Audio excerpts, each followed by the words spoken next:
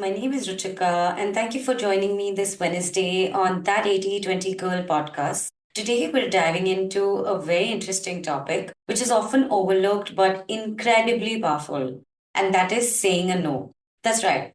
This episode is all about embracing what I like to call my saying no era. And trust me, it's going to be a game changer because we all have been prey to this a million times and we keep falling in that trap of not being able to say a no just because we want to please other people around us. But before we get into this episode, I'd like to do a quick weekly recap and share the highlights of my week. So, this past week, I was in Bombay again. I went to Bombay to chill with mom dad before they left for a trip to Rajasthan. It's like a place in India with all of their friends. It has beautiful palaces. It has so much culture and rich heritage. And believe it or not, they had not been there. So it was perfect that they got to do it with their friends. So I decided to spend a full day with mom and dad, and we ended up playing our usual sequence marathon, ate this yum takeout from our current favorite place. It's called Dandelions.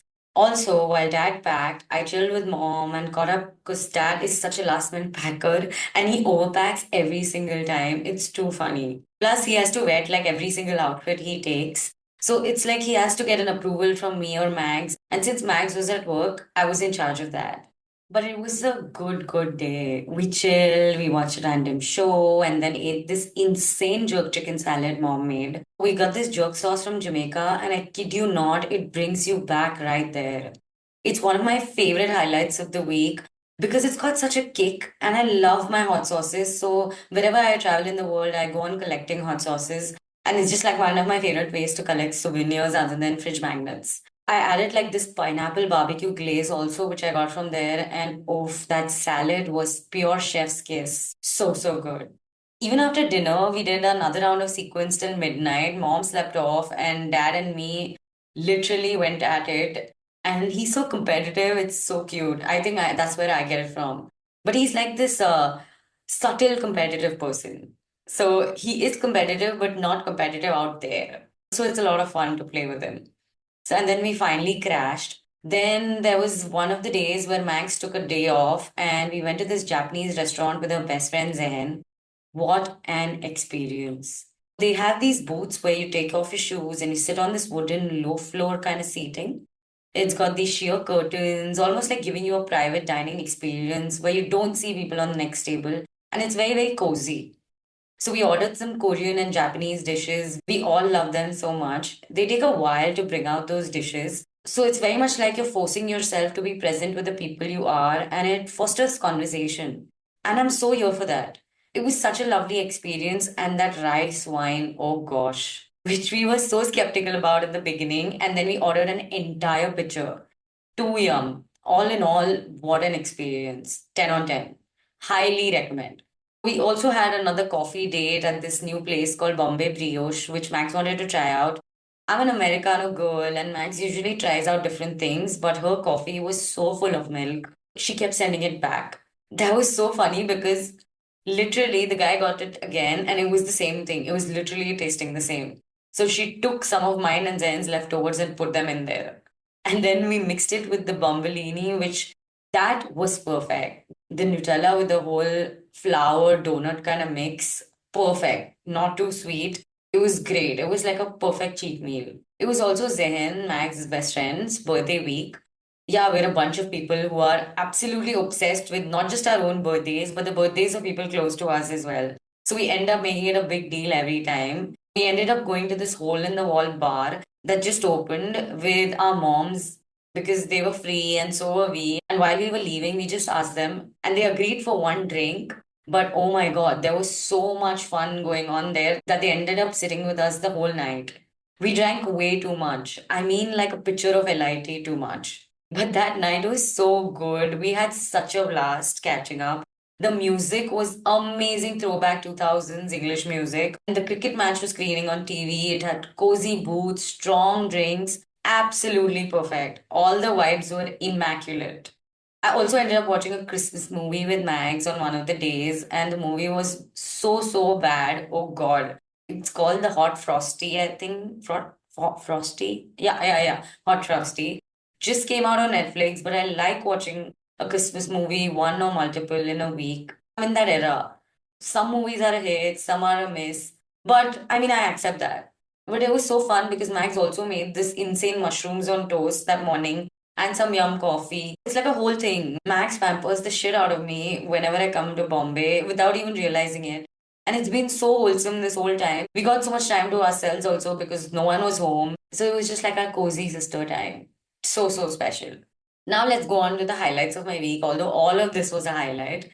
But like the specific ones that I want to call out are this week's sunsets. Each day from my Bombay house, the sunsets have been next level. Each one has been more stunning than the last. It's like the universe has decided that let me just flex my colors every evening, and I am so here for it. There's something about watching the sky shift from golden hour to deep indigo that makes you pause even in the middle of a busy week. It's the little moments that hit differently. Another highlight was this Irish coffee we whipped up using the coffee rum I brought from Thailand. Absolute game changer. The blend of rich, smooth coffee with the kick of rum. It's just a perfect fusion of cozy and exotic. So we started the day drinking that for a change on a Saturday morning, and what a twist to the morning. Too fun. Then we tried something completely new this week, which is a Pilates workout with me and Max. It's something we've never done before, but honestly, it was such a vibe.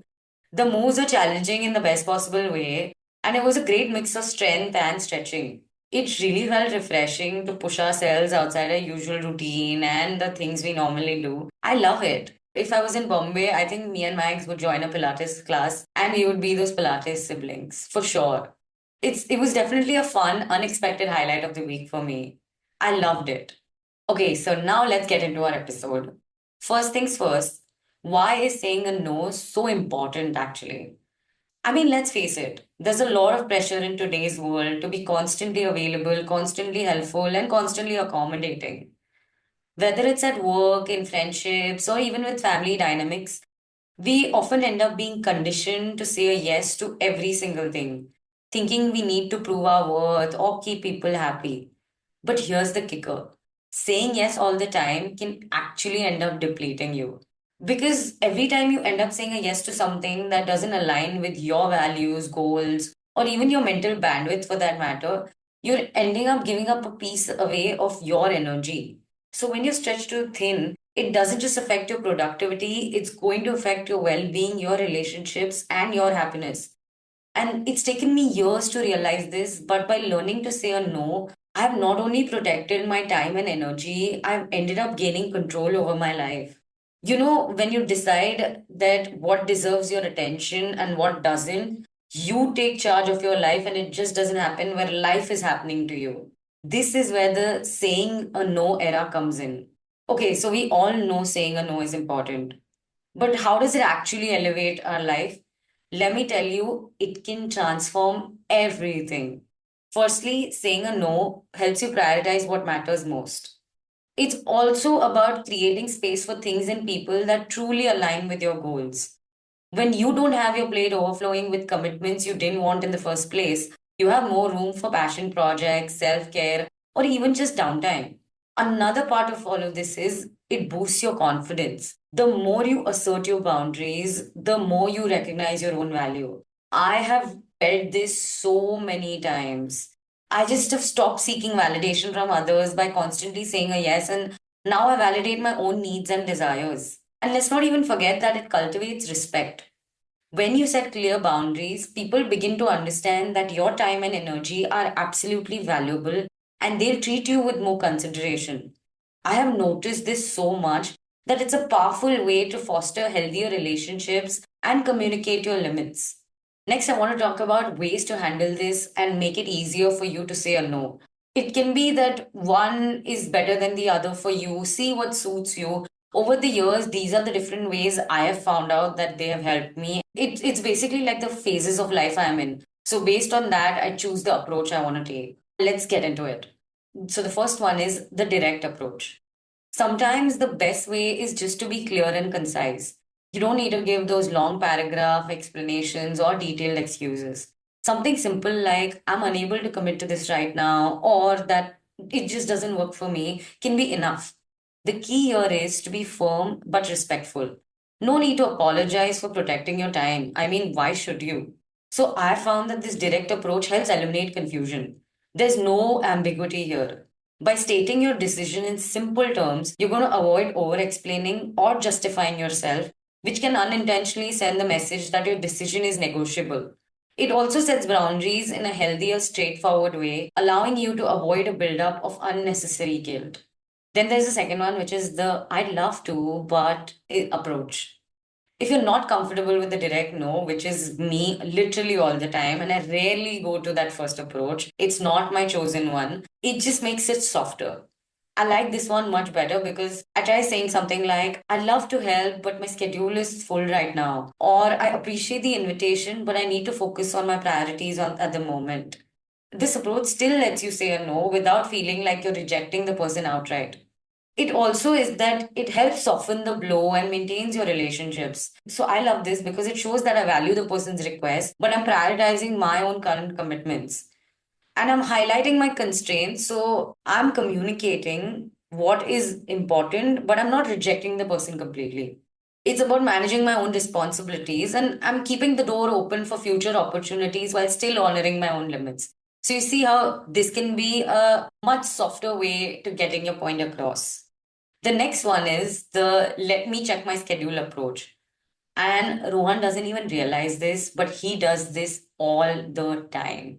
I mean, I don't know, I don't think I can do it, but he does it and he's really good at it. It's like if you're caught off guard and you need some time to think, just don't be afraid to buy yourself a little space. He says things like, let me check my schedule and get back to you, which honestly is pretty straightforward, but it also gives you time to evaluate whether it's something you truly want to do rather than giving it a knee jerk yes. So, Rohan told me that this method buys him time without feeling rushed. Often, the initial impulse might be to say a yes, especially if you're trying to be accommodating. But by asking for time, you can make a more informed decision later, and you might realize that the request doesn't align with your needs or your current priorities. So that way, you're not committing on impulse and you have time to reflect on your capacity to take on new responsibilities, which is nice. Then there is another approach, which is the no with alternatives. If you feel comfortable offering an alternative, do it. For example, I can't make it to this event, but I'd love to catch up with you another time. I also use this one. This way, it's like I'm acknowledging the request without overcommitting myself. Offering an alternative is a great way to keep the relationship positive and active while protecting your boundaries. So, if I'm not able to make it to something, I'll often offer an alternative plan with my girlfriends or my friends or my family members who I'd love to meet and catch up. I just don't have the time right now. So, this approach can ease any potential disappointment and it just shows that I'm open to other ways of connecting in the future.